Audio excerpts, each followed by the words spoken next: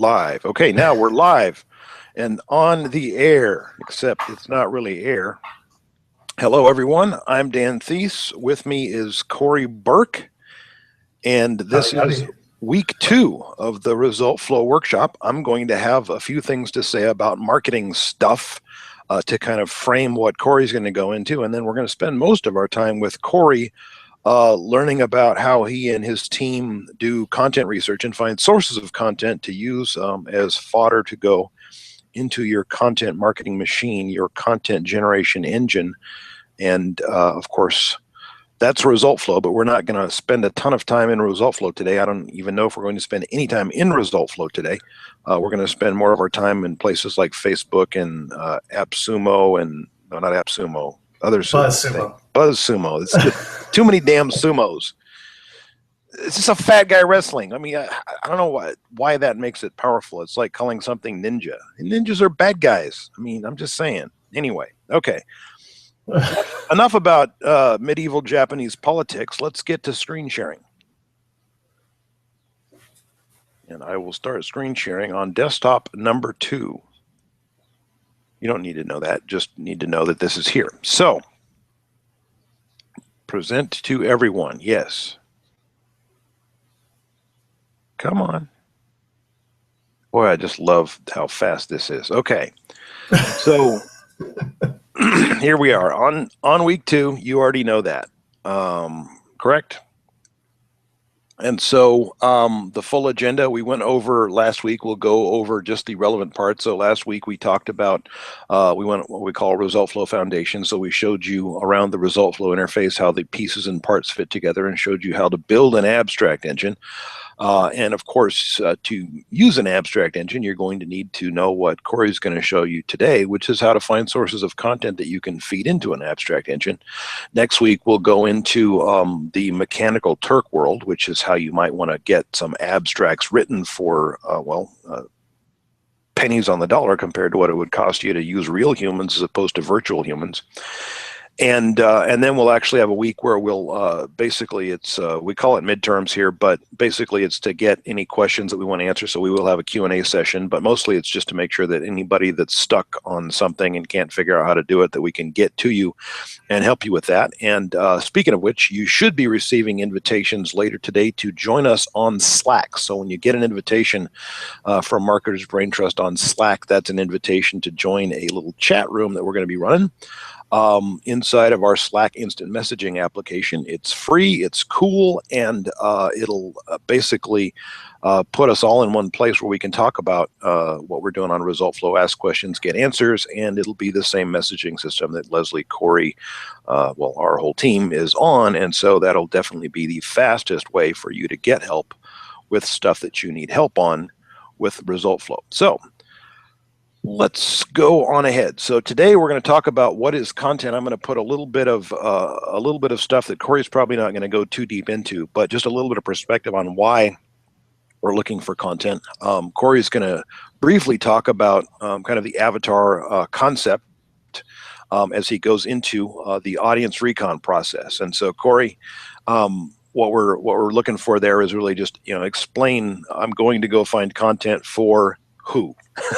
And I'll be talking a little bit more about why we're doing that right this very now. So just to revisit this one from last week, content marketing, the goal here is to build an audience and then to create demand for your products or services within that audience. Now, most of the RF workshop here is about how to create the content. And my little bits here as we're going through from week to week are more about how do you actually use that to create demand. And so, first of all, what is content? Well, content for our purposes here can be basically anything. It can be articles, tutorials, news stories, videos from YouTube or Vimeo or elsewhere. It can be pictures of cats. It can be pictures of things that aren't cats, such as infographics or whatever. There are lots of different kinds of content that you might find that you might want to put into your abstract engine. As long as you can post it on Facebook, it's probably very good for the marketing purposes here. And all of the stuff there and much more stuff can be posted on Facebook simply by writing up a little blurb, teaser, summary, or whatever, what have you about it, and then posting a link to the content. In other cases, so for example, pictures and videos, you can actually upload those directly to Facebook. But I don't want to go way down into the weeds on that. But content can be anything. But what we're after here is shareable content that's going to be interesting to an audience, particular group of people that we're trying to reach out to, that we're trying to be able to market to. And so there are a number of different purposes for which we might want to use a particular piece of content. The main goal, the goal always is to entertain and inform. We have to entertain and inform, or we will not be able to keep people's attention. But you can also, and I would encourage you as you're going through the process of building your content marketing machine, to focus on informing and entertaining first, grabbing hold of the audience, of the people that you're trying to reach, and getting and keeping their attention. That's the job one. If you're not doing that, none of this other stuff is going to matter very much. But you can also use content for other purposes. So for example, if you sell, I don't know, something that is better than paint because it doesn't have lead in it, right? Or non-leaded paint. I think it's all non-leaded here now. But there are lots of different things where you want to sort of implant an idea in people so that they'll be more receptive to your marketing message. So if you sold unleaded paint, or non-GMO beer, or non-high fructose corn syrup sodas, right? You might want to just share articles about how bad high fructose corn syrup is. Now the cool thing is, and I'll talk about this more in a second, and we'll get way more into it in week 5 when we actually start about promoting content. You can actually borrow the authority from sources that people already know. So for example, in business, people might know Forbes or the Wall Street Journal, or etc., or Fast Company. You can actually use their content to implant ideas or even to activate a problem. So if somebody went out of business because they didn't have enough bridge financing to get them from where they kind of weren't able to self-fund their growth anymore to where they can have an IPO, and you're selling bridge financing, well, you can share stories about people that have gone out of business because they didn't secure the right kind of bridge financing, or because they did other things. You can also simply do stories about the effects of the problem. So you can simply have stories about people that went out of business, and you put a little wrapper on it when you write the summary and say, hey, these guys didn't make it. They had a great business, but they didn't make it because they didn't have the right kind of financing. That's a darn shame, isn't it? So you can use the kind of stories that you create and the abstracts that you create to actually do a little bit of marketing and persuasion work. And of course, you can also suggest a solution. So, look at this guy that lost 50 pounds by drinking pure cane sugar sodas instead of high fructose corn syrup sodas. Because, one kind of sugar is especially bad as compared to the other kinds of sugar, or maybe they're all poison. But anyway, and of course, you can also do articles that are really more of a call to action. So the 5 steps to content marketing success might be something that we would use in promoting ResultFlow, even though we don't even mention ResultFlow at that stage of the game, but you're warming up your audience and you're getting them ready for your solution. And there's also another very special kind of content. And Corey, I hope we'll talk about, get a couple of chances here to kind of call out where you're finding that kind of content as we go through. And that's content that actually helps you qualify and sort of calls out to people that are specifically qualified for your solution, or potentially actively interested in what you're selling. And so I call that dog whistle content. So, well, the first example, what the heck, let's just use dogs. So if you had an article that said, dog owner alert, common dog food ingredient is toxic to dogs, and maybe that's sugar because, right, sugar is bad. You should avoid adding sugar to your diet. You get enough no matter what you consume. You get at least enough, and probably way more than you need. Well, who's going to click that, though?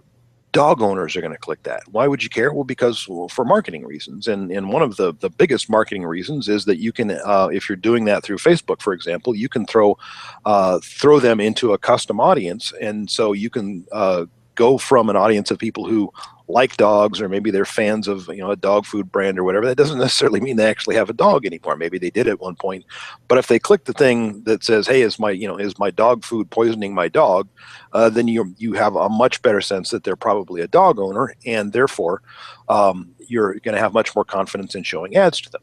So interest rates just fell. Should you refinance your mortgage? Free calculator. Well, who would click that? Well, people with a mortgage that they want to refinance. Is there any reason why somebody that didn't? Well, maybe they're just bored, but the vast majority of the people who click that are going to be people who not only have a mortgage, but the fact that they click that indicates that there's actually a current interest and likely an ability to refinance a mortgage. And so those are people that you would want to be able to show more ads to. Now, we're not going to get into the details of how to do this. You can, hit me up on, and once we get you in the Slack group on how to do this, if you're really dying to do it. But you can actually share stories from other people, from other people's websites, and you can even link directly to them. So when it shows up on Facebook, it'll have the name of the article, have the picture from PBS or from Forbes or the Wall Street Journal or whatever authoritative source that your audience should already know. In fact, you can do this by targeting fans of that publication in a lot of cases. You can link directly to them or appear to link directly to them and still add them to a Facebook audience, because we can take them through a redirect, which they don't even notice that it's happening, but we throw a pixel and that puts them into a Facebook custom audience, which means that we can show them ads, and that lets us construct marketing sequences, which is what I'm going to want to spend as much time as I can get away with talking about in week 5. And so you start off with some dog whistle content. So maybe that's, is now a good time to refinance. And that article can literally be from Forbes or the Wall Street Journal, or, some noted economist says now is the right time to refinance. That doesn't even need to be on your website for you to get what you want to out of that dog whistle content, which is just to identify who are the dogs, right? The dogs come running, the others don't. And then you can start showing them what I call agitation content. So whether that's agitating or a problem, or talking about the benefits of a solution. So how much money could you save by refinancing your mortgage? And that's one that would click through to your site. And people that get there are going to see an article about how much can they save briefly, but also a mortgage calculator. And then people that use the mortgage calculator but don't actually sign up to get their mortgage refinance with you right away, become a lead or whatever you're doing. You can continue to show those people ads that offer a solution and say, hey, time is running out. There's only 3 days left to get this special free consultation or whatever the heck your offer is. But if they don't take that action, you can continue to show them agitation content. And you can even use that to play different angles. What are we interested in here? Mostly not the agitation content. That's really a copywriting job. You're not going to likely find that out there on the internet. You're going to have to create that and build that on your site. Now, can you use ResultFlow for that? Yes, but that's down the road. Right now, what we're really talking about is finding sources of stories that you can use to maintain attention and interest. And all you have to be aware of is which ones are actually good dog whistle content that help you identify qualified prospects. And you can turn your abstract engine into an audience building. That is to say, a custom audience building, a marketing audience building, a remarketing audience building engine, and not just a way to gather people together and get them to share your links for SEO purposes. Because SEO is nice. Corey, don't you think SEO is still kind of, it's kind of nice, right? I mean, it's nifty. Now that we're eagerly anticipating the anchor text filter just got way dropped down on Google apparently, and so lots of people are discovering that there is traffic from Google in the last week or so, but we still haven't seen the mass release from Penguin Jail of all the sites that have not seen a Penguin update since data update since 2014. So there's SEO goodness right around the corner as soon as Google gets their together job done thing, right? But in the meantime, there's a lot more to this than just SEO. And I know a lot of you have been through link liberation and some of the other stuff, but there's much more to this that we can do. There's many more reasons to do this, even outside of SEO. And honestly, the SEO benefits are something that occurs, slowly over time and not instantly. And so what we'd like to do is while we're working on this stuff, also make sure that everybody here understands that there are some simple ways that you can actually use content marketing to generate sales in the short term. Because if you can get the darn thing to pay for itself or even turn a profit, then you can do pretty much an unlimited amount of it, right? So first, we need to find the content, and that means asking a little bit about who are these people. that we're trying to talk to. So Corey, I'm going to stop screen sharing now, and I'm going to make you the presenter. Hey, sounds good. So stop presenting, stop screen sharing, and look, there's me. And if you talk, then it'll be there's you. So you talk. Okay, I'm talking now. Okay, so Maybe it did it's switch me. to you. So now, I'm good. so now Corey, I can switch to Corey, present to everyone. And now Corey should be presenting to everyone. Hey, how's it going, everyone? So, yeah, we're going to talk about, let me get my screen, the right one here. Okay, yeah, I'm presenting to everyone now. Fantastic. And how's this? Can you see that okay, Dan? Tips and Tricks for Finding All the Content Sources You'll Ever Need by Corey Burke. Hey, yeah. So we're going to talk about tips and tricks, obviously, for finding content sources, but also dive into the avatar just a little bit before we get started. And the reason why we need to talk about the avatar is because if you don't know who you're actually selling to or marketing to or writing content for, it's very easy to get incredibly off topic and down a rabbit hole that's not going to make you any sales. So, you know, if you're selling maternity clothes and you're writing articles for guys, you're probably not going to do as well as if you're writing articles toward women and then toward women that are actually pregnant. And then you have to find out what it is that they actually want to know. Do they want to know about a multivitamin for pregnancy? Do they want to know about exercises that they can do to stay in shape? And different women are going to have different wants, needs, desires, and fears. This presentation doesn't dive into all of that, but those are things that you want to think about because these people are more than just their state of being. They're also their psyche. And one of the reasons why we're not going to dive into that today is that we actually have some material on Avatar that's available in the members portal that helps you kind of do the deep dive exercise, which is the same thing that we've been doing with clients for years. So yeah. Corey doesn't need to go all the way into that. Just understand that we have some concept here of who we're trying to find content for. We're not just looking for, you know, content about widgets or content about mortgages. We're looking for content for people, not about a topic. Yeah, that's a good point. Thanks, Dan. For sure. And that's probably the number one thing that I see as an issue is people look for content about their service or their offer or their product.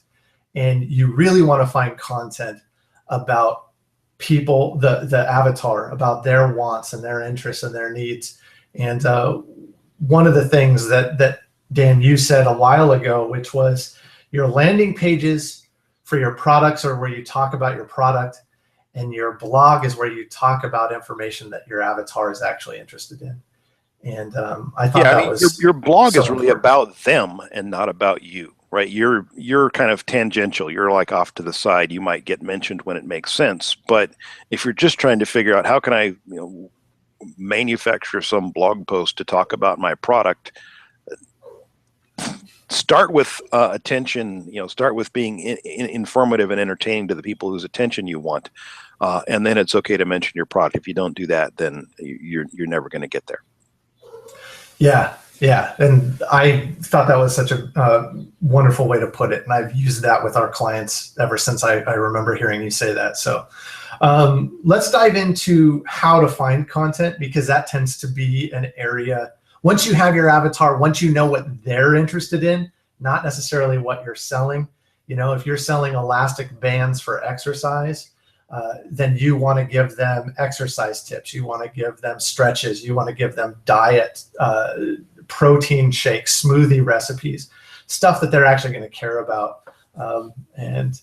So let's dive into those sources, because my cat just stepped on my mouse. So here we have the 4 sources we're going to go through today are going to be Google search. I still use Google search for a lot of this, and the 2 ways that I use Google search are keyword search and related searches. We're going to talk a little bit about Google Alerts, again, keyword searches and the site colon search in Google Alerts, and how that'll help you get around some sites if you can't find an RSS feed to pull into ResultFlow. We're going to talk about Facebook, and again, keyword searches on Facebook, as well as using the experts and the pages that they actually like on their fan page. And then the last official thing that we're going to use is Feedly, and how I actually use Feedly. Now, Feedly is an RSS reader in and of itself, but you can do keyword searches inside Feedly. You can find related feeds inside Feedly, and you can actually find, this is relatively new, you can find related collections, which are where other Feedly users have started to aggregate collections of information that they found informative. So Feedly can come in handy in terms of finding sources as well as being an RSS reader if you want. One caveat is I'm not going to go into how to set up Feedly. I believe we're going to talk about how to set up kind of a reader and ResultFlow and stuff like that later. I've actually started using another RSS reader just for the reading aspect, and we'll talk about that in later weeks, I'm sure. So just know that Feedly that we're going to touch on right now is more about finding sources. So what you're going to need to get this done is a Gmail account. Obviously, you can set that up at gmail.com, and that's going to be for both the Google Alerts as well as the Feedly login. You're going to need a Facebook account so that you can get into Facebook and do searches. You don't need a fan page to do this. You just need a Facebook account. And you're going to need, again, a Feedly account, but you can tie that into your Gmail if you want. They just recently launched where you can actually create a Feedly account where it doesn't have to be tied to a Gmail or a Twitter login or a Facebook login, which is awesome. About time on that one. Anyway. Yeah. So using the old Google, again, there were two ways that we talked about. The first one was keyword search. And so really just going into Google and typing in a search. So in this case, I've typed in exercise blogs. And you're going to get back articles that are written on other sources. So we've got Greatest, we've got Healthline, we've got Fitness Magazine, where maybe Healthline and Fitness Magazine are good sources in and of themselves. But here they've actually aggregated a list of blogs. So there's 60 must-read health and fitness blogs for 2015. There's the best fitness blogs of the year. There's our favorite workout blogs by Fitness Magazine. So these are where you can actually go to Google and find lists and lists and lists of blogs that might be good for you to use. The other source is related searches. And I don't know how many people actually use this, but if you scroll all the way down to Google, there's related search terms. And here I've circled some in red or squared them in red that will give you an idea of maybe a better idea of who your avatar is. So you can start with a generic search term if you need to, and sometimes it'll narrow it down, like exercise blogs for moms, exercise blogs for beginners, or weight loss blogs. And so that'll give you more ideas for more Google searches that'll give you access to more blog lists to put into your fodder for finding sources for content. So Google is kind of a rabbit hole you can dive down on your own.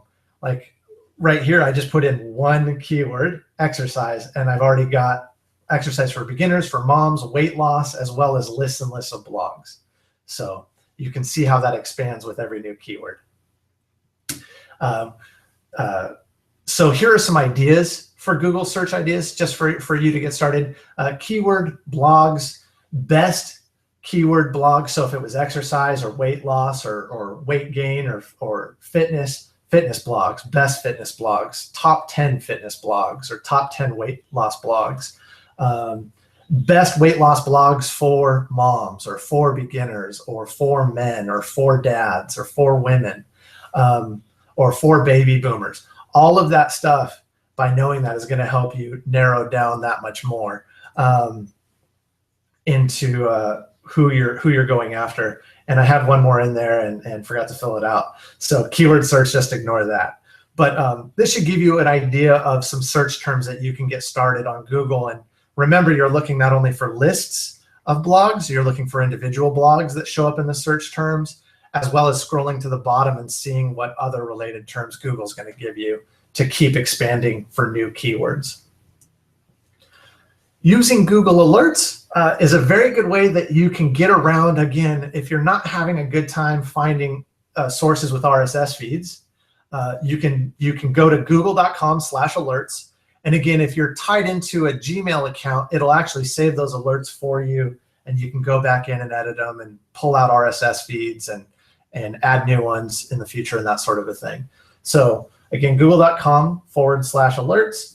And there are two ways to do it. You can do a keyword search. And I've got a screenshot here where I've set up a couple, one for workouts, one for fitness. And if you look over to the right, you'll see the little RSS feed there.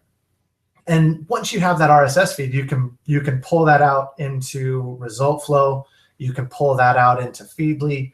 You can pull that out into Delicious, whatever it is you're using to aggregate your RSS. Hey, Corey, I just wanted to do a quick call out here, because this is one of those things that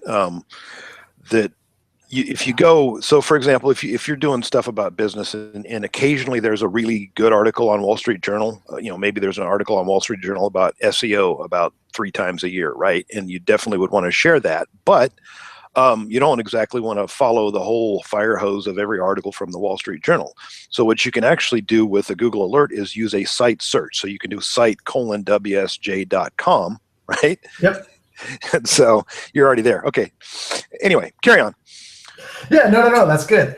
Yeah, and so if you can't find a category, or if you only want articles that are a specific thing on that site, you can do site search. So you can use Google Alerts for very, very specific queries that they might not, you might not have any content that you get alerted on in any given week, but when something happens, you want to know about it, and that's what Google Alerts are really for. They're not really good for creating a fire hose of crappy content that you'd want to then have to filter through. And if you do the keyword searches like I've done with workouts or fitness, you're going to get everything under the sun. It'll be a stream of poo.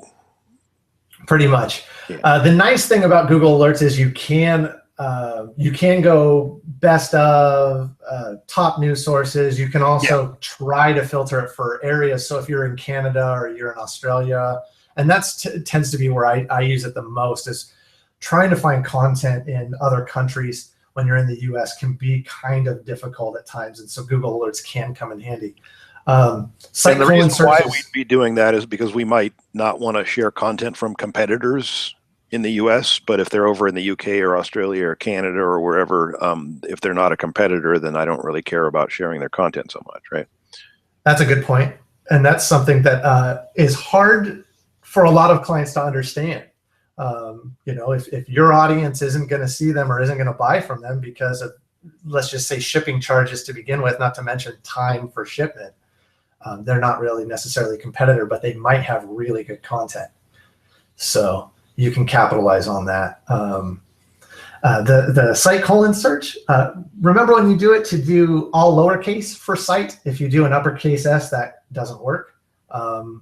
So I've seen people that are like, hey, site : isn't working for me, and usually it's because they used an uppercase S. Or but they put a space after the colon and before the domain. Yeah. And yeah. like that. So you can see the two ones that I've done here. Like Dan said, if you didn't want to subscribe to everything Shape has to do, you only wanted what Shape has with weight loss in the article, that's what that first one is gonna bring you. The second one, again, Huffington Post is just a fire hose of everything under the sun. But if you only wanted weight loss articles on Huffington Post, because those are gonna get shared a lot, because maybe your avatar is somebody that reads HuffPo. Well, and also, the way that HuffPo works, right, is, the economics of it mean that an article on HuffPo probably has a good clickbaity headline and an encouragement to share and all that stuff, and so it kind of makes it easier, and people have been trained to, because they've been seeing it. A lot of the time, it's just whether something gets shared is whether somebody recognizes the source. They don't even read it a lot of the time. That's true, for sure. So that's just a quick primer on kind of diving into Google Alerts. Again, we'll go through it here in just a little bit, but Just wanted you to see what it looks like, and it's really great because you can pull those RSS feeds out. You don't have to send it to an email. Next, we're going to look at Facebook. And again, so you need a Facebook account. You log into your Facebook, which pretty much 1/7 of the population of the globe has Facebook. You can do keyword searches. Again, those happen up above in the search bar. You can type in a keyword. So you can type in fitness. You could type in weight loss. You could type in diet. You could type in workout. You could type in muscle. Obviously, here I've typed in fitness, and we've got fitness motivation. We've got muscle and fitness, which has a little blue check mark next to it, which means they're verified. And you can see that they have 6 million fans. There's so even a dude named Corey Fitness. Corey Fitness. Yeah, that's just me testing stuff out. Oh. So I don't have to show all of our client fan pages and stuff like that. Not that they might not appreciate the free advertising, but they might also not appreciate it. So we've also got fitness selfies. That's going to be stuff where totally gratuitous self-promotion and narcissism. But sometimes that stuff can get you eyeballs. If you're targeting narcissists, they love to provide narcissistic supply to each other. So it's a great source of content. So again, that's one way to use Facebook is the keywords that you're finding on Google, especially in the related searches. So if I found fitness and then weight loss and then diet, you can put those into Facebook and find fan pages. And oftentimes they're going to list their URL in their about section. But even cooler than that, Facebook in and of itself, like Google is a rabbit hole you can fall down. Facebook is like a rabbit hole exponentially built out. I mean, it's a rabbit hole within a rabbit hole. It's crazy. So you can also do keyword searches, but liked by this page. So say we go to one of those fan pages, you scroll down, and on the left-hand side, you'll see a little box like this with a section that says liked by this page. And that means that fan page has gone and liked these various pages. Most fan pages tend to like stuff that are interested to them, as well as in their niche. So we've got Mr. Olympia, we've got bodybuilding, we've got Arnold, obviously that's Arnold Schwarzenegger, Arnold Sports Festival. And so each one of those pages are going to have pages that they liked. And so they're going to tend to not like competitors. So if you're looking at a competitor, they might like, the bodybuilding community page or Mr. Olympia, but they're probably not going to like other, gyms or whatever it is. And so it's a really, really, I mean, this is one of those things that Corey, when you started showing me this, I was kind of, okay, sure, there'll be, oh, nope, yep, yes, this is actually a great rabbit hole to go down. Yeah, so well, again, we're going to walk through that, but I just want you to know what the box looks like and what to look for. And actually, you tab it open, and oftentimes they'll have liked 10, 20, 30 pages or more. It would have taken up the whole slide, so that's why I didn't dive into that. But that's what it looks like. The next one is Feedly, and I started using Feedly as just the RSS reader. You're going to go to feedly.com, and boy, I hope it's feedly.com and not like feed.ly or something stupid, but I'm pretty sure it's feedly.com. And you can do keyword searches inside Feedly. And so you basically, in the upper right, you type in your keyword, and it's going to bring up some sites that relate to that based on tags that Feedly has in its access to. So we've got the Fitnessista, we've got Nerd Fitness, and we've got Pop Sugar Fitness. So that's going to give you a good place to start with a keyword search. And again, you can do weight loss, you can do diet, you can do exercise, you can do just about anything you can think of that's going to be fitness related, stretching, and something's going to pop up there for the most part. If something doesn't pop up there, you can, so if something does pop up and say you click on the Fitnessista, you're going to see over on the right-hand side related feeds. And so here are other feeds where this was around more diet. So this is peanut butter fingers, carrot and cake, and Kathy Eats Real Food. So this one was a diet feed. So it pulls stuff related to diet. If you're on exercise, it's going to pull stuff mostly related to exercise. It does a pretty good job. And every time you click on one of those, you'll most likely have more related feeds to go down. The other thing that pops up right below related feeds is what they call related collections. And this is where this guy, Greg Yates, and Leanne, whatever her last name is, Olbinski, and Marcello Brunelli, where they have created their own list of blogs and titled it health or titled it fitness, and you have access to what they have. So again, by doing a fitness search or a health search. The related feeds and the related collections were a health search where I was looking for some women's health for one of our clients. I just grabbed those screenshots, but you can dive in there and find stuff that maybe Feedly didn't find, or that you didn't find in Google, or you didn't find in Facebook, where humans are actually doing more of the aggregation as well. So Feedly comes in handy not only as an RSS reader, but as a place to find other RSS feeds. And again, I'm not going to dive in how to use Feedly, but this is pretty cool. And you don't have to just do keyword searches. If you put in an RSS feed to add to your reader, it'll pull up related feeds and possibly related collections if there are any. So extra credit, this is stuff that, well, BuzzSumo's down there at the bottom. That's a good one. We are going to dive into that one. But you can also pull YouTube channel into Feedly. Now, YouTube has gotten rid of their RSS feed, so that kind of sucks. But Feedly has a way to actually pull in the videos that they've uploaded. And so that comes in handy if you're using Feedly, but it's not technically an RSS feed because they've gotten rid of that. So that kind of sucks. You can pull in RSS feeds from Pinterest. So if you want to find image-based, if you want to find infographics, you can do, weight loss infographic, /Pinterest, and then space infographics or fitness infographics. And then once you find something that you like and you open it up in Pinterest, here's how you can pull that feed in as an RSS feed. You do pinterest.com/whatever their username is /feed.rss. Now you have to be careful with that because that's going to give you every pin from every board they have. So if they themselves are into fitness and diet and exercise, that's okay.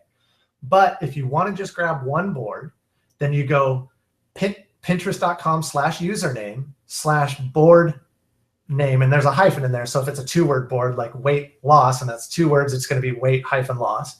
And then you just tack on a .rss, and that's going to give you just the pins from that specific board.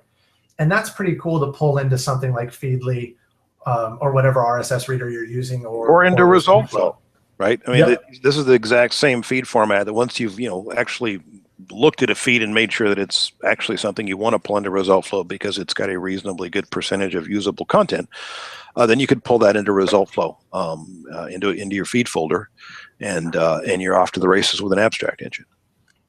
And you may or may not want to create, something for like Pinterest, you might want to create a separate feed folder that's, hey, these are just Pinterest feeds. Mm-hmm.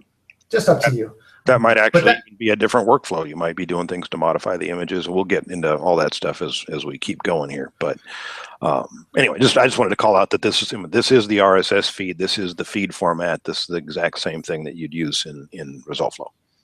Yep.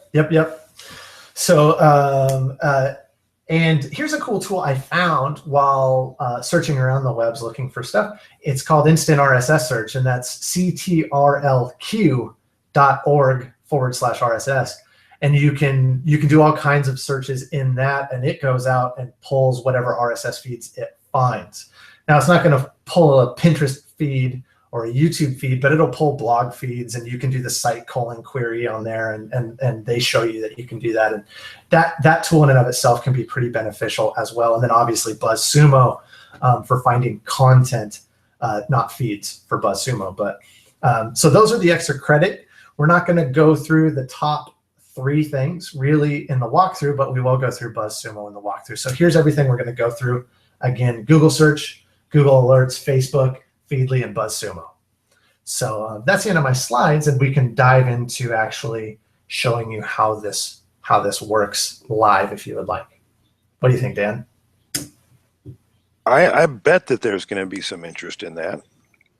Okay, sounds good. So we'll start with Google, and we'll do the Google search idea. And I'm logged into an incognito window because I'm also logged into a different Google account via Hangouts. So that way I can show you Google Alerts. So here we are at Google. And if we wanted to type in weight loss, you'll notice Google gives you some ideas: weight loss surgery, pills, blogs. We'll click on blogs, and Normally what I do is I tab open a few things to get started. Now, like I said, this can be, hey, there's that carrots and cake one, which we saw in Feedly. So we can click that open as well. That's an individual blog. And we have weight loss blog sites. We have fitness blogs. So that might be another search we want to look at. We've got diet blogs we might want to look at. We've got forums. Oftentimes, that's one thing I forgot to mention. Forums will have RSS feed that you can pull into ResultFlow. Again, with forums, you'll run into a lot of stuff where there's a lot of garbage where people are just talking about what they ate that day. But sometimes you can find RSS feeds for very specific categories where people are giving really good information. Or maybe it's a place where you want to go and become a member to interact with those people. So we'll tab that search open as well. Here I have a Feedly account open, but we'll close that. And here's one of those darn articles where you have to click through each individual one.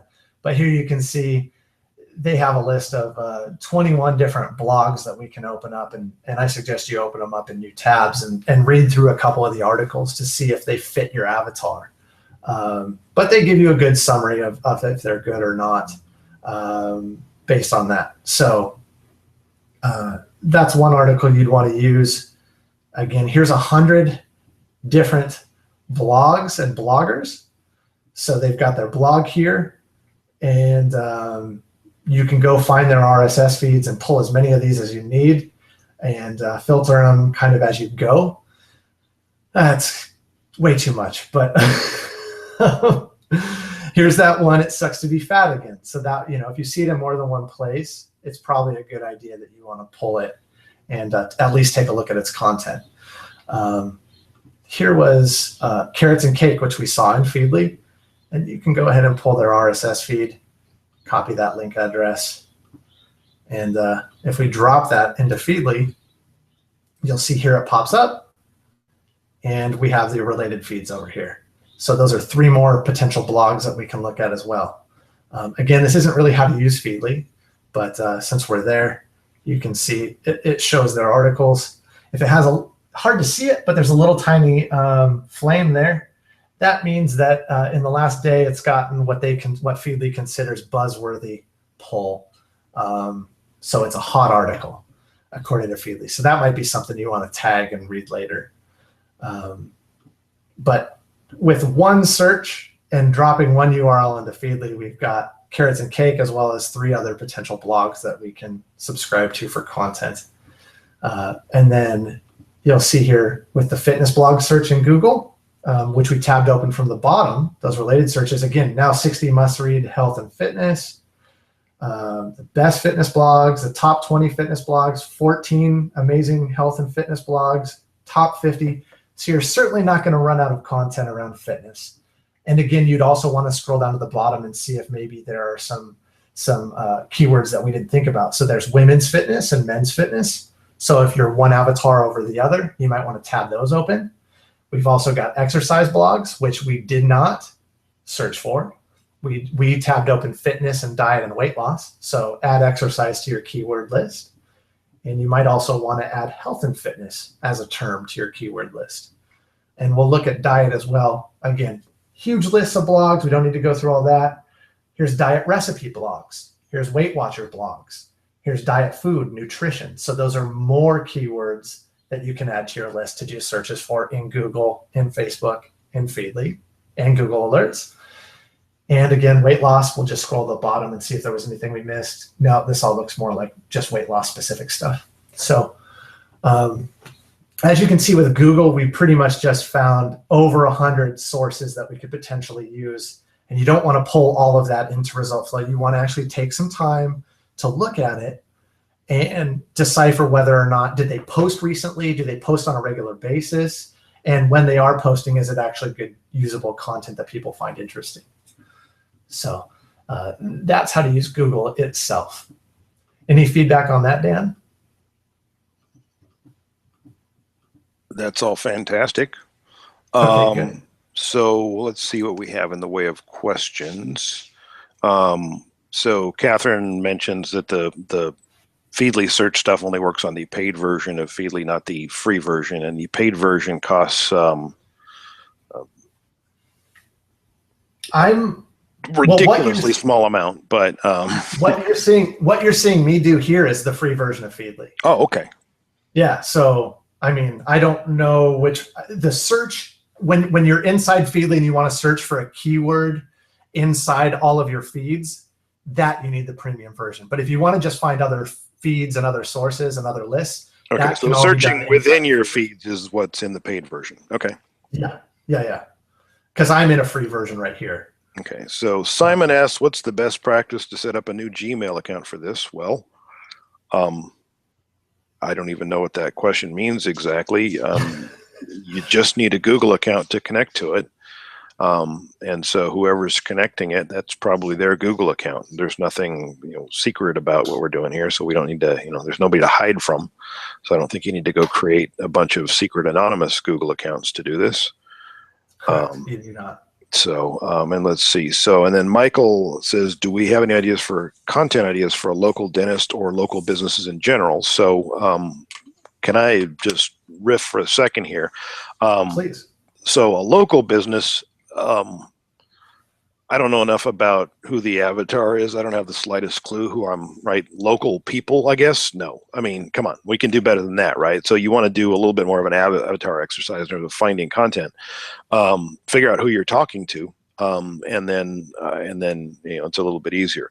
In terms of content for a local dentist, well, gosh, what does dentistry run on? Kids, right? I mean, that's why they give out candy and lollipops and stuff in the lobby, to create more demand later. But we're talking about kids. Well, we're not marketing for the kids though, right? We're marketing to their parents. So I would think that you're after things like healthy eating and stuff like that. But it's like quick snacks you can make for your kids or ways to entertain your kids. It's just, right? You're just trying with that. You're really just trying to keep your name associated with stuff that they like. And then, of course, if it is something local, where there might be local events that you can talk to people about, because that's going to certainly be kind of a higher level of value add for people. But certainly you don't need to write articles about dentistry all the time. You're right. They don't want to hear about that all the time. But mixing in the occasional brush your teeth tip, or is it time for another cleaning and stuff like that? I mean, that's a really easy ad to mix into that stream. But the stream is really more about, again, it's about them and their lives, not about the business. Yeah. And when we were doing the personal injury law stuff, it was easy to find stuff going on in the community. So stuff that was, and again, for the dentistry stuff, unless it's a single dad, it's probably going to be the mom usually that's doing the searching. And same thing with the personal injury oftentimes. And so what was going on that kids, was there a free day at the OMSI, or the local science museum for kids, or was there a charity run or an event, or was there an exercise day? Anything that you can tie into that that's going on locally is going to help with that local business aspect. And then, of course, any of the recipe stuff can all be national. Doesn't matter where that's coming from, or international if it's if it's a good source. It could be from Mars if they had RSS feeds there. The rover isn't putting out an RSS feed? Well, actually, I had a conversation with somebody back when those things were running around, was about how much they could find an RSS that was shareable, that wasn't getting publicity, so you could have unique exclusive content about the rovers on Mars. But anyway, I'm getting into a rabbit hole, so I'm just going to mute my microphone and shut up now and see what else we have in terms of questions. All right, so. We'll talk about Google Alerts real quick, and then we'll do a couple here. So again, search for Google Alerts or go to google.com/alerts. And you'll see I have that fitness alert, that workout. I'll show you how to set that up. So Simon's question was about how to avoid getting inundated with Google alerts. Don't do an email alert. Use the RSS feed feature instead. That's how you. Oh yeah. Get it. Yeah. Don't actually turn on email alerts unless you just like being spammed by Google and you appreciate the irony of that. Yeah, but you don't actually have to.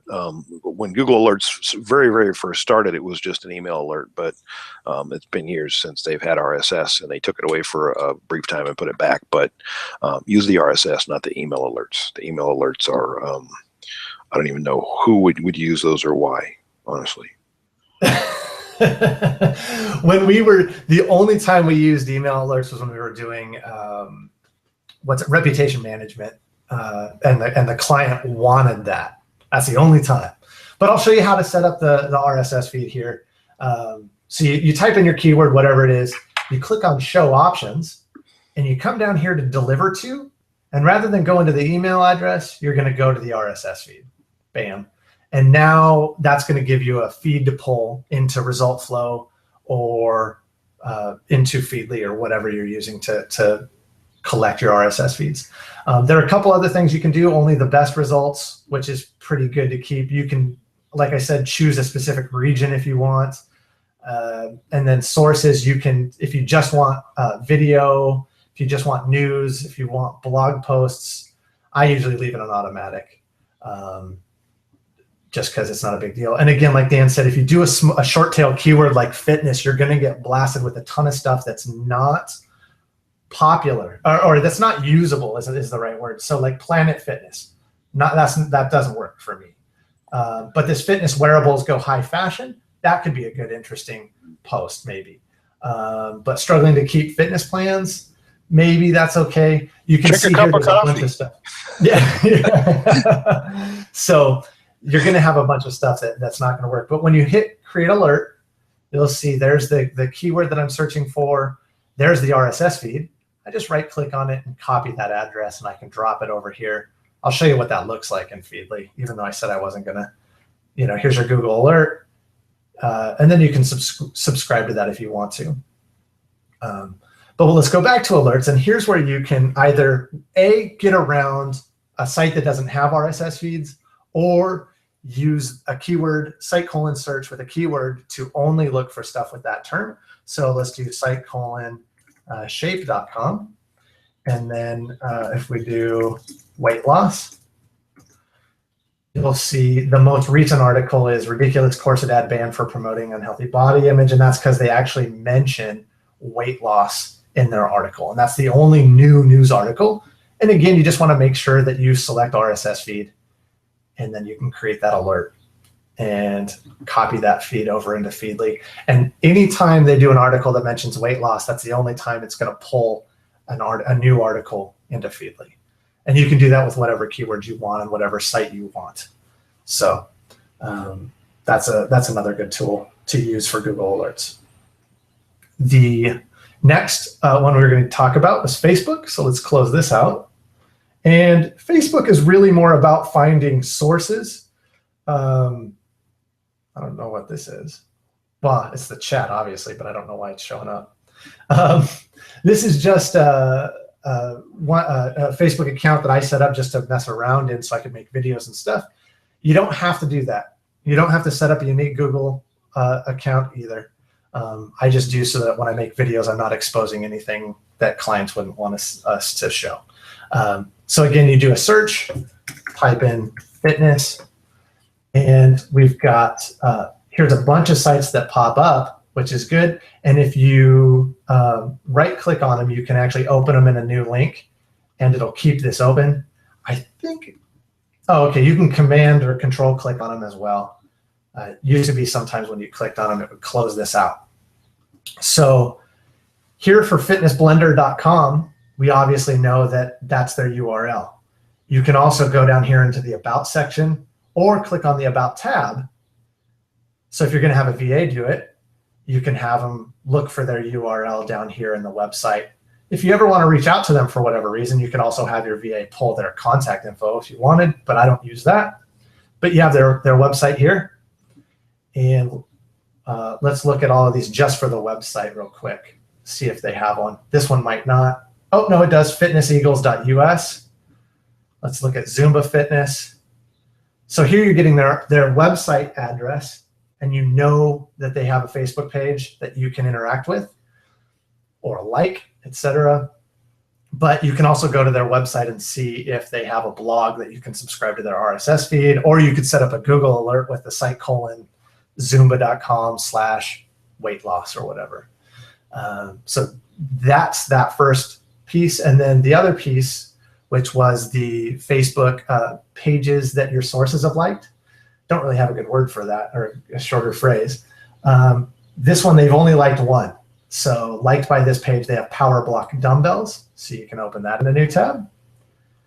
And you can go pull, if this looks like they're putting out good content. Again, I look at when was the last time they post, how often do they post, and when they are posting, is it something that I can actually use? So this is good, potentially, where they're showing how to use a power block as a kettlebell.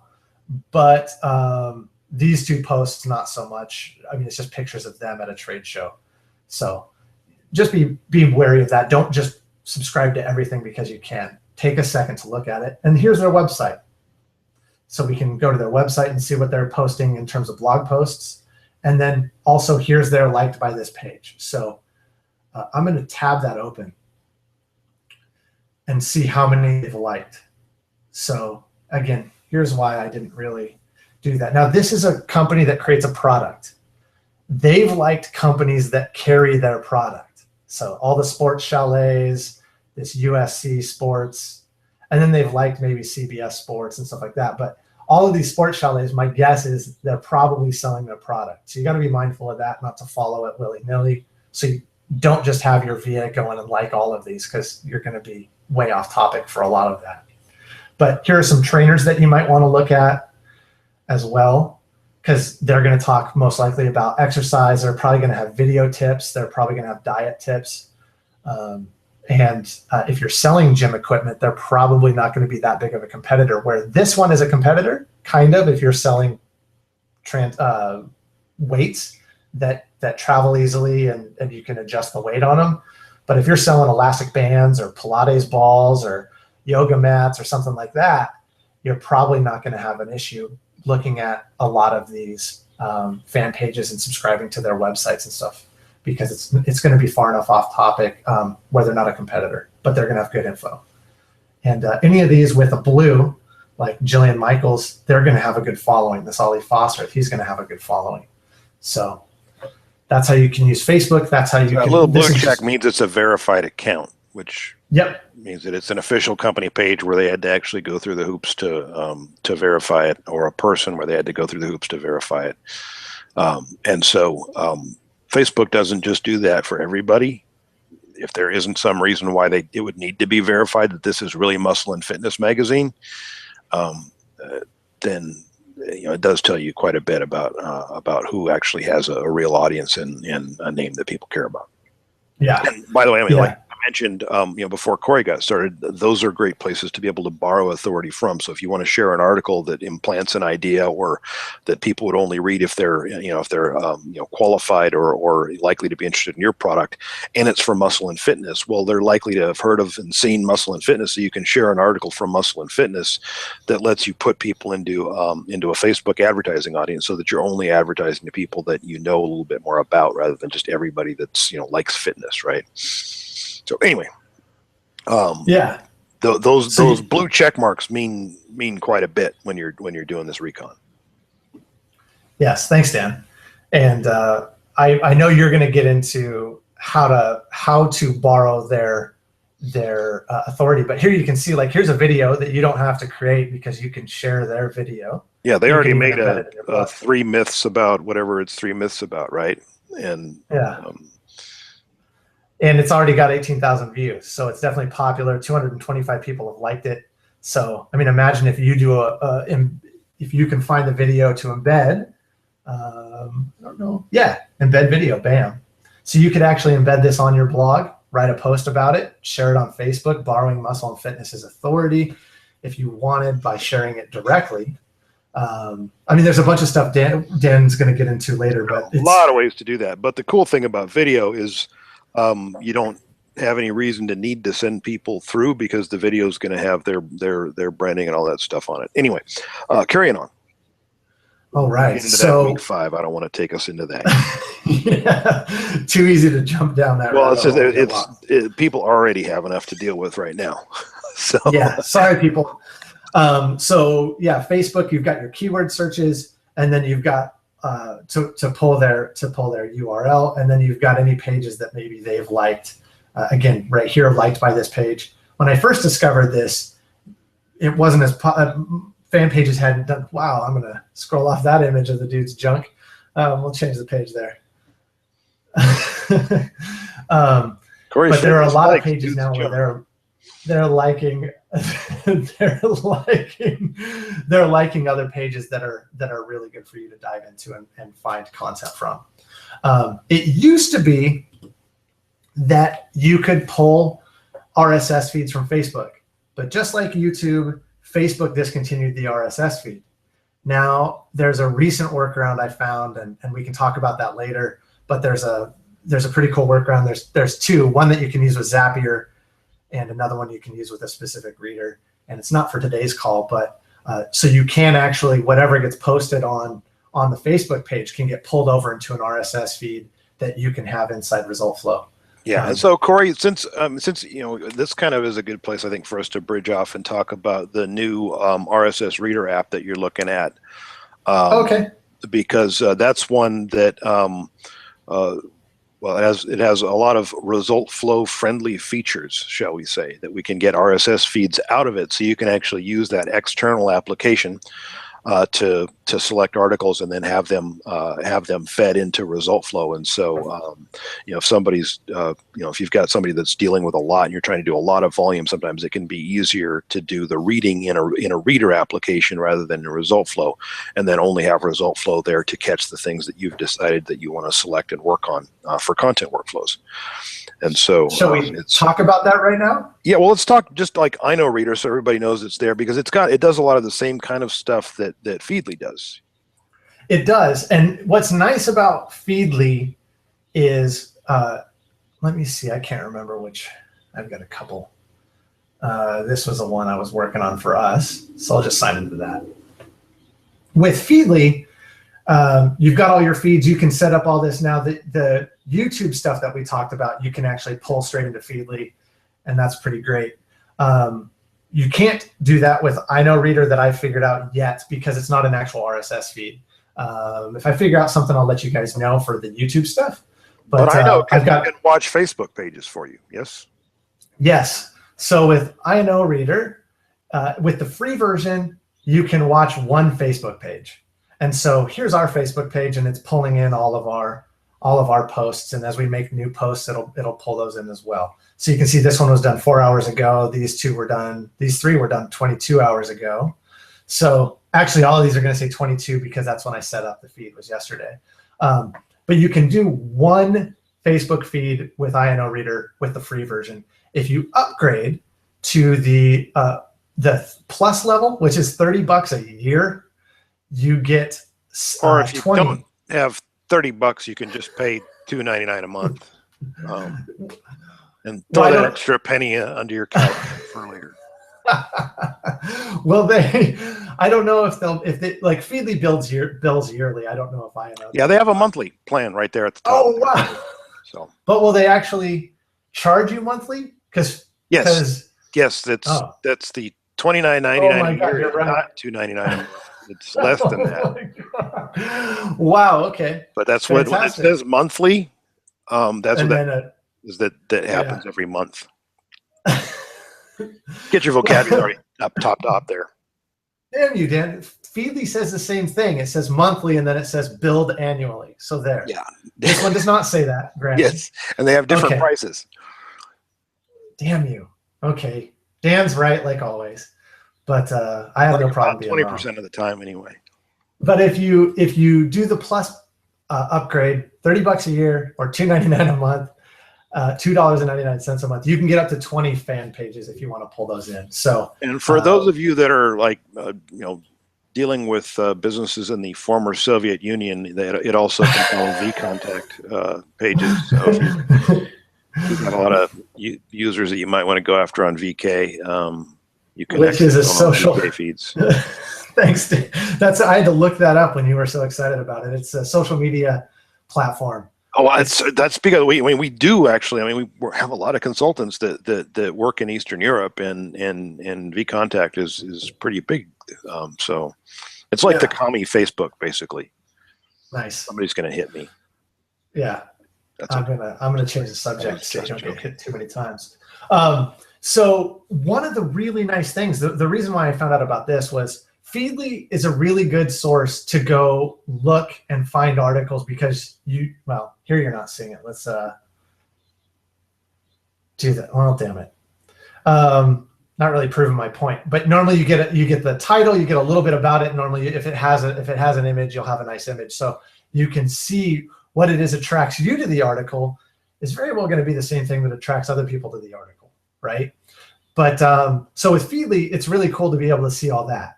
And once you set up your feeds using Feedly with the keyword searches, the related feeds, and the related collections that we've talked about.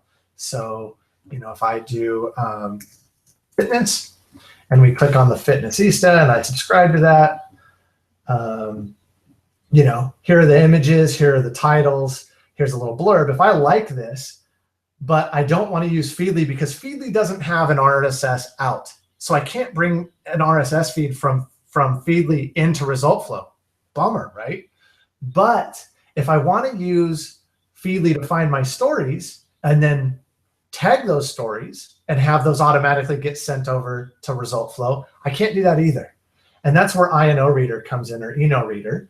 You can do that with Feedly, but it's a roundabout thing. You have to use if this and that or Zapier, and you have to still pay Feedly money for the privilege of not having a feature. Anyway. You can't. So I spent a good 48 hours working on that, and you have to create a bunch of extra accounts. Zapier was if this and that doesn't have an RSS out, so you still have to go through if this then that to some other source that has RSS out. Well, Pocket doesn't have a discernible RSS out; it just has unread, archive, and all.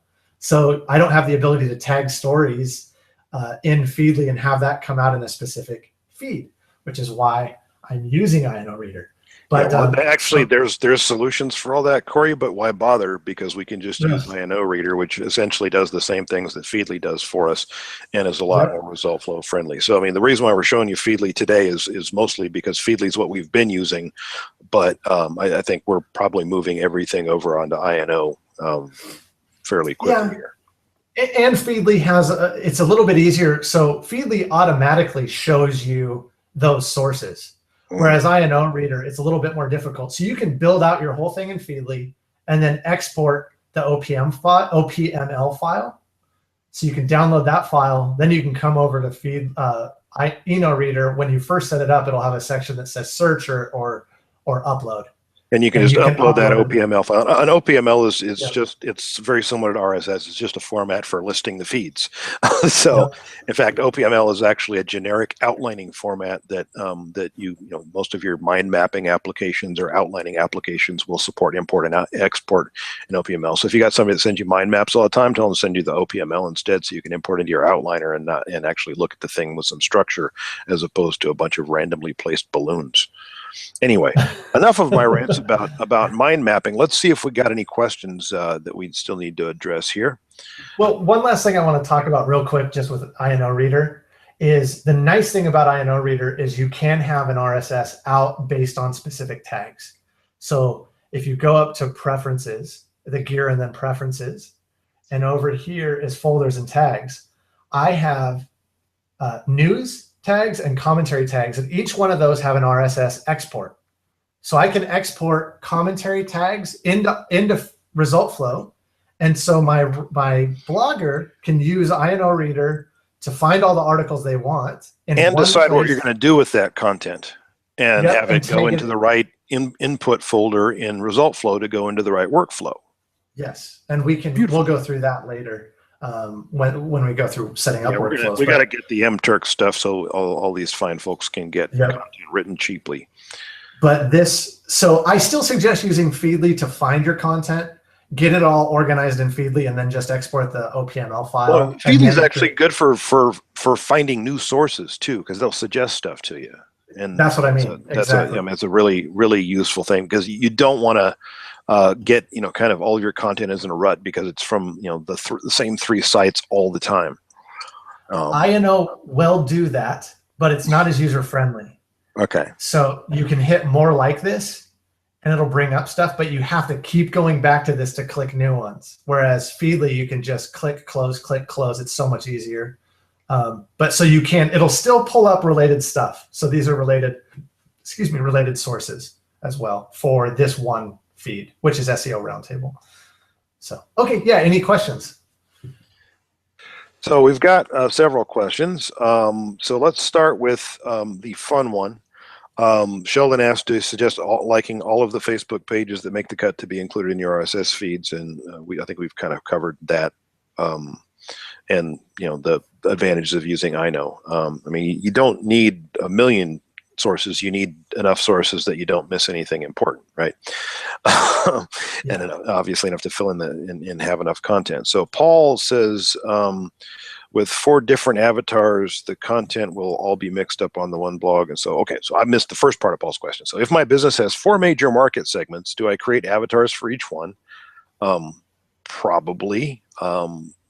Yes, those are probably different avatars if you are meaning market segments the way that I would.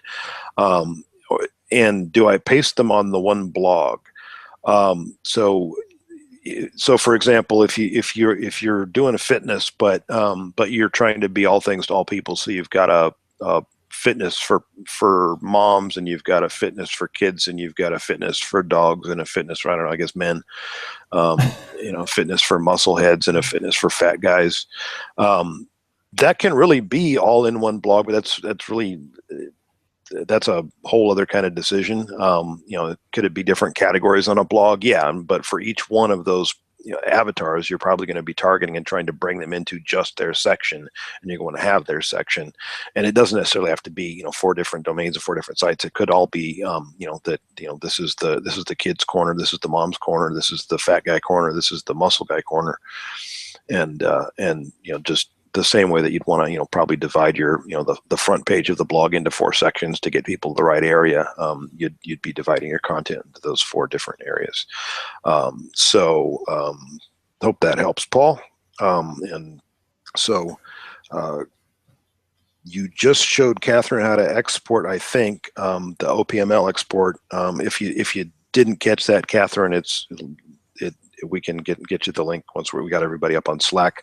I want to mention, because we had a couple questions about Slack, and I think they've been answered, but we will be, I have just gotten, I hope, the right answer for how to actually set up and get everybody invited into Slack. And so should be able to do that this afternoon or this evening. And so you'll get an email invite that asks you to come and log in, and that's how you get into the Slack chat. What about trending content, BuzzSumo? I don't know if you looked at BuzzSumo. We're going to do that next. Ronald Edwards just showed the link to the RSS search engine at ctrlq.org thing that you already showed. I think you already showed that one, but now that link is there. And then Ron says, I have several news blogs. How long would it take to get content written and posted? Gosh, it's, how long does it take? You can get Turkers to turn stuff around in an hour, right? Yeah. So MTurk next week will be of interest to all of us, because not only can you get stuff turned around quick, but you can get stuff turned around like basically 24 hours a day.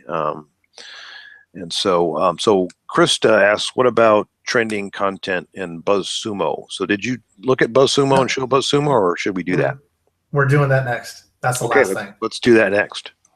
So real quick before we do, again, just to answer the question for the Feedly thing, if you set up Feedly and you want to export your OPML file, on the left-hand side is organize. You click organize, and then in light gray down here is import, export OPML. So you click on the export OPML file, and then there'll be a big green button to download that Feedly OPML file. So that answers that question. Now we're in BuzzSumo. You can get away with BuzzSumo by just creating a free account, and you'll be fine. That's how I use it. If you want to pay for it, that's totally fine. But BuzzSumo is fantastic because not only can you search based on how long or how old the content is or how fresh the content is, be it 24 hours or the past week, you can also search by content type. So article, infographic, guest post, giveaways, interviews, videos. So if you had a fitness blog and you wanted to search for giveaways that you could promote to build goodwill with your audience, even though it's not your giveaway, you could do a blog post about a giveaway that Blender Bottle was doing and link over to it and search for that. But when I use BuzzSumo, I usually search in the last week or the last month because I don't want a bunch of content that's super old like the past year. Now, if you're a topic that's really, if you're looking for that dog whistle content for, say, a dentist, then you might want to open it up to the past 6 months or the past year and pick really popular content. So, you know, you just put in your keyword, whatever you want that to be. If it's fitness, fitness tips, fitness motivation. If you were a marketing company and you wanted to help small box gyms market, then you could do fitness marketing. But let's just do fitness tips here. And here's a really good one for a good idea to add on to this when you're doing searches is DIY. So if you're selling stuff, it's a good idea. So if you're looking for, if you sold frames for paintings, you could also do frames DIY, and you could pull up a bunch of tutorials on how to make your own frame. Most people are going to think, oh, hey, this is really cool, but they probably want something that doesn't look like they made it because it's not going to look that good. But it's really cool. That DIY can be a really good way to find hot trending content that people interact with. So here we've typed in fitness tips, and we're just searching stuff that's buzzworthy in the last week. We're searching all content types, and on the right-hand side, you have the total number of shares, and it's organized by the most to least. I usually tend to look at Facebook more than anything else, unless I think I want it to do really well. Like you can see here, there's only one article that really did well on LinkedIn. Everything else has 0 shares on LinkedIn. And it has nothing to do with fitness. Financial tips that fit on an index card. Yeah, thanks for pointing that out. So I usually tend to look more at Facebook and Twitter. If you think you're going to push it out on Pinterest, then yeah, you can pick that up. But basically, here's 5 top tips to lose weight fast, and I just open that up in a new tab. So all the ones that are trending, and with the free account, I think BuzzSumo blocks you at like 8 or 9 or something like that. So you can see here it truncates. So if you want more and you want the ability to create alerts and you want to be able to do very specific searches with filters, then you can upgrade. But if you don't need that, the pricing again on BuzzSumo Pro is not that big of a deal. It's a little bit steeper than InnoReader or Feedly, but it does open up some for the country-specific searches, the language-specific searches. If those matter to you or your clients, then you might have to bite the bullet. But it's as a tool for doing business. If it's essential to doing business, it's cheap. Yeah. If you're not making money on this to pay for those, then you can still use the free one, but it's pretty negligible. What does Leslie say? It's a round off error. I think this one is beer money. So just so folks know, Leslie thinks that $150 is beer money because apparently he drinks a lot. And anything under $50 is a rounding error. So one of the other things, if you want to try to get more, so this is an amalgamation of everything, right? If I only wanted infographics, I could deselect everything and I should get more results. Now, bear in mind that, and we can do filter. Bear in mind that there's only going to be so many infographics in the last week anyway. But if I bumped it up to the last 6 months, there'll be more. Chances are some of these are going to be the same one. They're just posted on multiple blogs, but because they were trending, they showed up. But you've got 7 tips to make your fitness routine work for you, 19 fitness tips for beginners, 15 fitness tips. So, and these are all infographics. Again, with an infographic, you can embed that on your site. It can become a commentary post, or it can become a full-length post if you wanted to write a bit more about it. But you can still send it off to MTurk and say, hey, summarize this infographic. And then with the embedding of the infographic on your site, it becomes a much more multimedia rich piece of content. And that guest post thing is actually, it's very handy for finding places where you can guest post. And before anybody thinks I'm advocating that as an SEO strategy, no. But if you see that, right, an article on a guest blog post somewhere got shared 1,000 times, that might be a good place for you to guest post, because yours could get shared 1,000 times too. And so it's a great way to actually, build audience and get people into your funnel for the cost of a piece of content, which using ResultFlow can be very cheap, not just in terms of the cost to get it written, but also the cost in terms of managing the effort. And so if you want to, if there's an interest, we'll talk about when we get into the inner circle in terms of setting up kind of an industrial content marketing operation with guest posting as a traffic generation strategy, because that's something that a lot of people do, and it works fantastically if you keep a sharp edge on it and don't just post everywhere just because you want a link. Post it where you're going to get it shared, and it doesn't matter about the link. You'd rather it was no follow, just so you don't have to sweat it. Yeah, that article you shared the other day had a link to another article where he talked about that, which was brilliant, using these as syndication platforms. So if not only can you share their post on Facebook and promote it if you wanted to, provided it fits the TOS for Facebook, but if they have a built-in fan base, their fans are going to see it, and this is a way to decipher whether or not they have a fan base. This site probably has a pretty good Twitter, Facebook, and Pinterest fan base. Pinterest got 100 shares. That's pretty big. 77 shares on Google+. That's almost unheard of. So you can use this as recon in terms of finding out where to go first, second, third, and building relationships with those people. Where would you want to put your content? Whose audience would you want to be in front of? Because their audience includes people that you want in your audience. And BuzzSumo is great for that. And I mean, there are other tools that you can get that are link research type stuff, but really the effectiveness of BuzzSumo is that it tells you what's actually getting interest from people, rather than showing you the frickin' page rank, which I don't care. Care about the human rank. Sorry guys, but I don't care about the page rank. I care about people, and so people will drive that for you. So with BuzzSumo, again, you can get more results by selecting fewer content types, and by selecting past month, past week, past 24 hours. Yeah, so you can run a separate search for each of those. Just the number of searches you can do in a day is limited if you're not paying. But if you do 9 a day for a month, oh my gosh, that's a lot of searches. Yeah, I thought if you signed, so you can log in, and I thought you had unlimited searches. Yeah, well, look, you can get a free trial for 30 days anyway. And for almost anybody, the pro plan is going to be more than enough that you'd want anyway. If you're dealing with lots of clients, then you probably would want to do the agency level. The amount that you can do with the enterprise level, I don't even know who that's for. But, nobody I hang out with.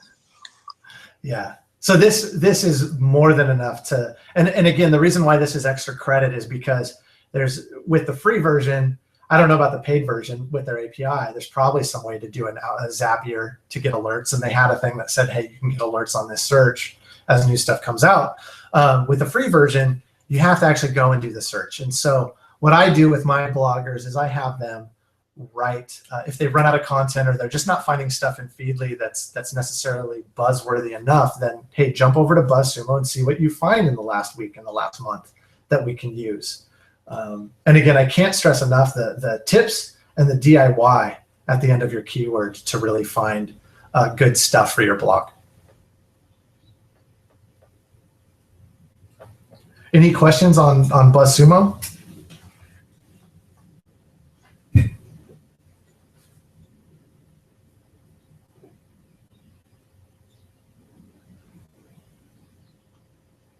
Sorry, Corey, I'm trying to look here. No problem. I just suck at computering. So is it possible to use BuzzSumo directly within ResultFlow? No, BuzzSumo is not directly in ResultFlow.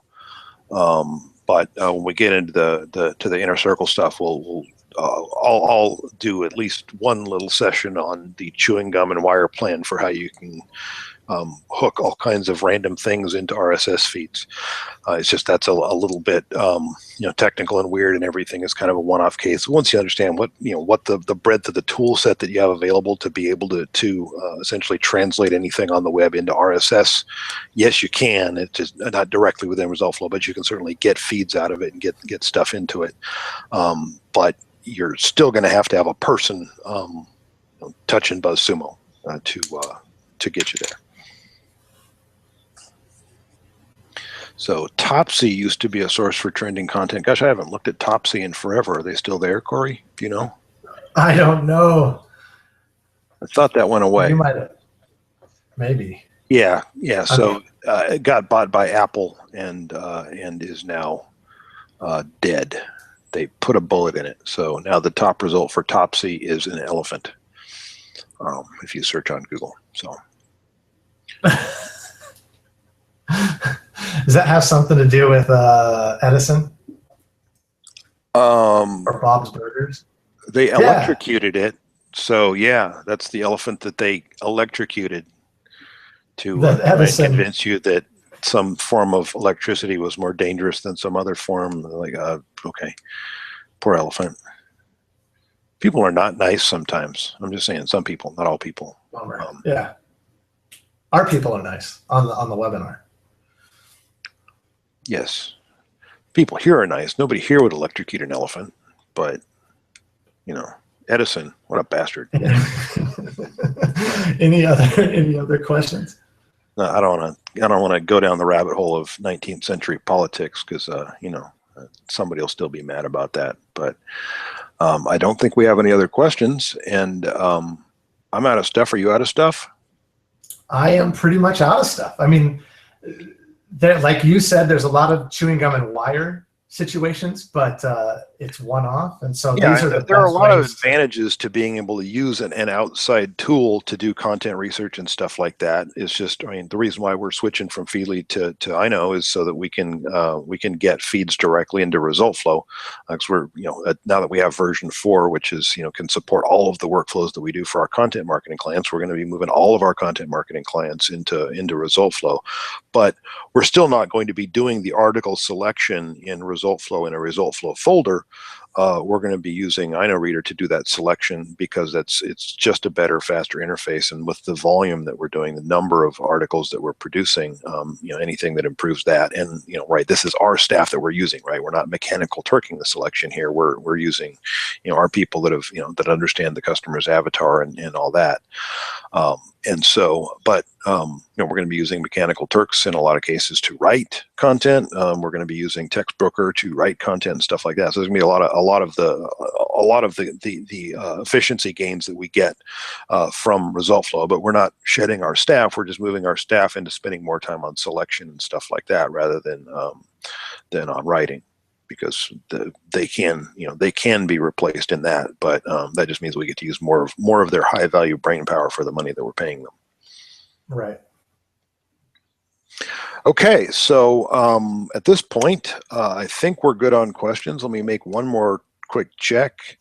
We're still good on questions. So Corey, thank you, and Leslie will be back next week to talk about Mechanical Turk, and I'm not even going to try and talk about marketing stuff because that Mechanical Turk stuff takes the whole session. So you won't have to worry about me bugging you about dog whistles or any of that stuff.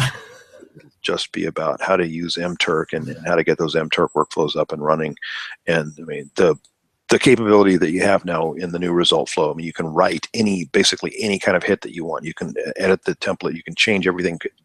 You can basically get anything done that just requires a quick little bit of human intelligence applied to it, and then you can get other humans to vote on whether they did a good job or not. So it's fantastic what we can do now in terms of automation.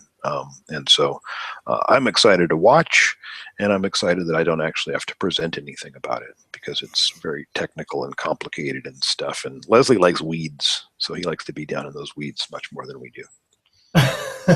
For sure. I look forward to watching it as well. All right. So, yeah. Thanks, everybody. Thank you. We'll be back next week.